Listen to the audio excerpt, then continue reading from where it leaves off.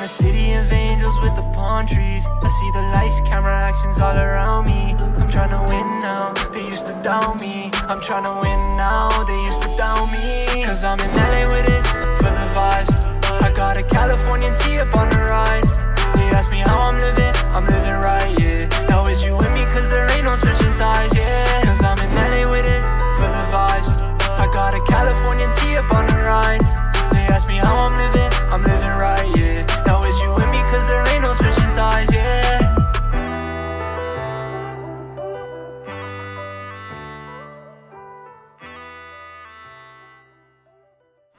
Good morning, good afternoon, good evening, good day. John Lopez UK today, and today we are reviewing a Toyota in Beamng.Drive. Now, obviously, it's not a Toyota, as well, I'm not going to be cringe about it, but yes, this is the 2021 Toyota Supra GR. And yeah, let's just get right into it. Let's review it and just talk about this car. Let's get right into it. So, obviously, GR Toyota Supra, what do you need to know about it? It's actually pretty simple, what you need to know. So, obviously, in the files, this is what it looks like. Links in the description if you want to install it.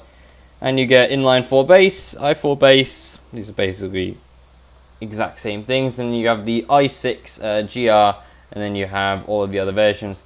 So, performance, it's rear wheel drive, front engine rear wheel drive. The years are manufactured from 2020 to 2022. That's what we know so far.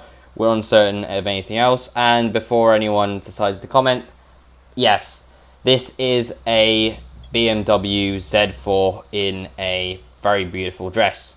So, let's talk about that. Obviously, it's a Supra, so I mean, it's not as good as the Mark IV Supra in certain cases, that the Mark IV can be properly tuned to over 2,000 horsepower. Although, this one isn't that bad either. It's actually pretty good.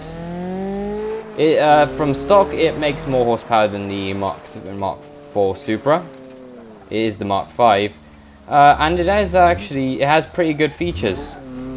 Along with enormous screens, loads of buttons, and many other features. Right, you guys aren't here for that, so let's just get right into it. Let's review the pack. And let me just get some damage, because that's what people want to see.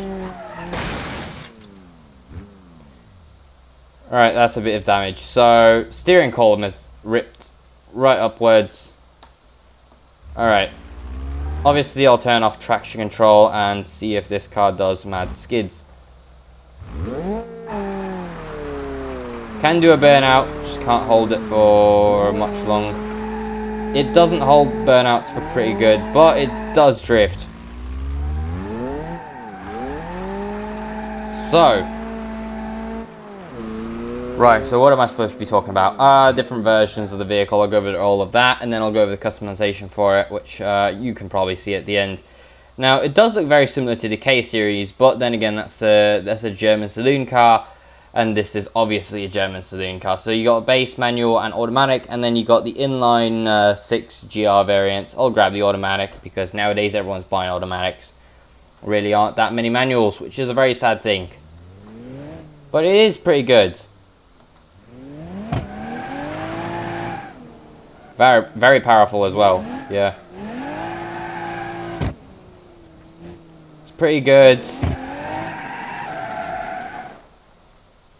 Very easy to spin out of control though.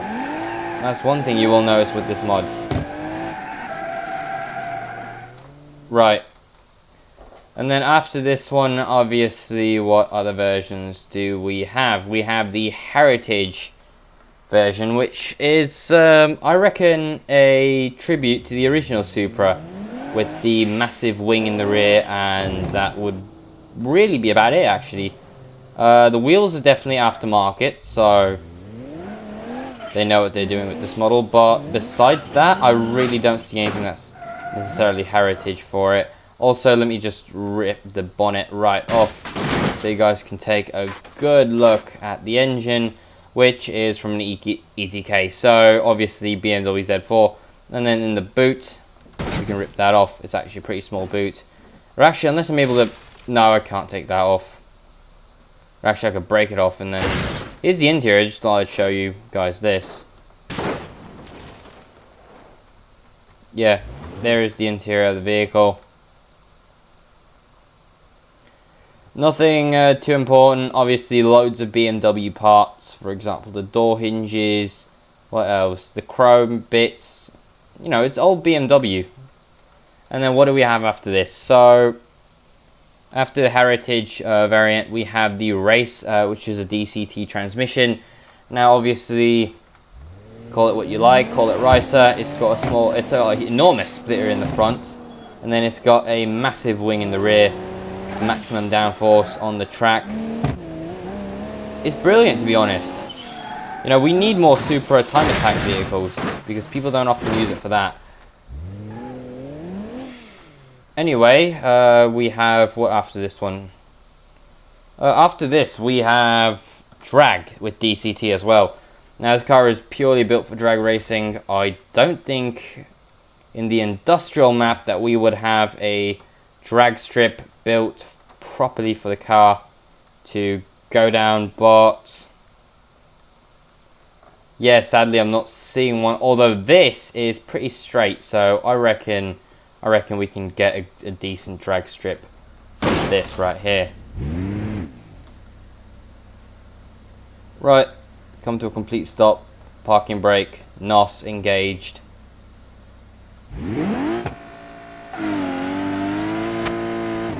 And let's launch it.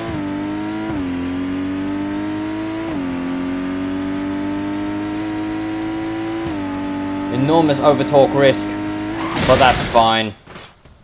Right into a wall, sandwich right in, just like Top Gear's. What was it? It was a Ford Focus that they smashed into a wall. But yeah, there is a load of problems with this car.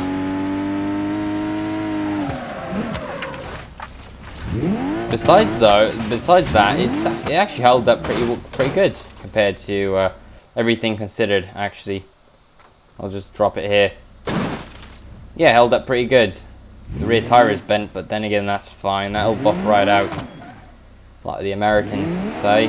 What else?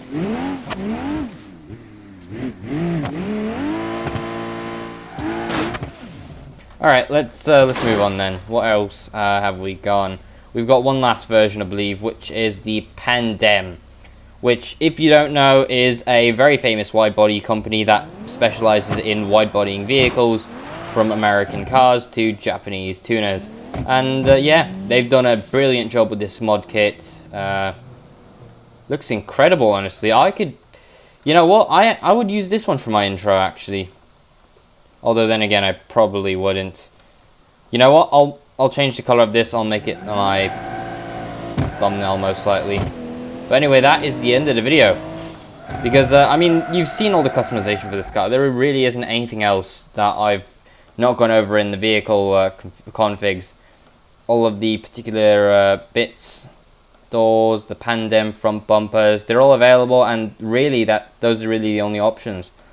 On the spoiler, you really don't have that much, although you have an alternate Pandem rear wing, which is this one right here. I thought I'd just show this one, but that's about it. Yeah, so I hope you enjoyed. I'll catch you all next time, and yeah, we'll see you guys then. Right, cheers.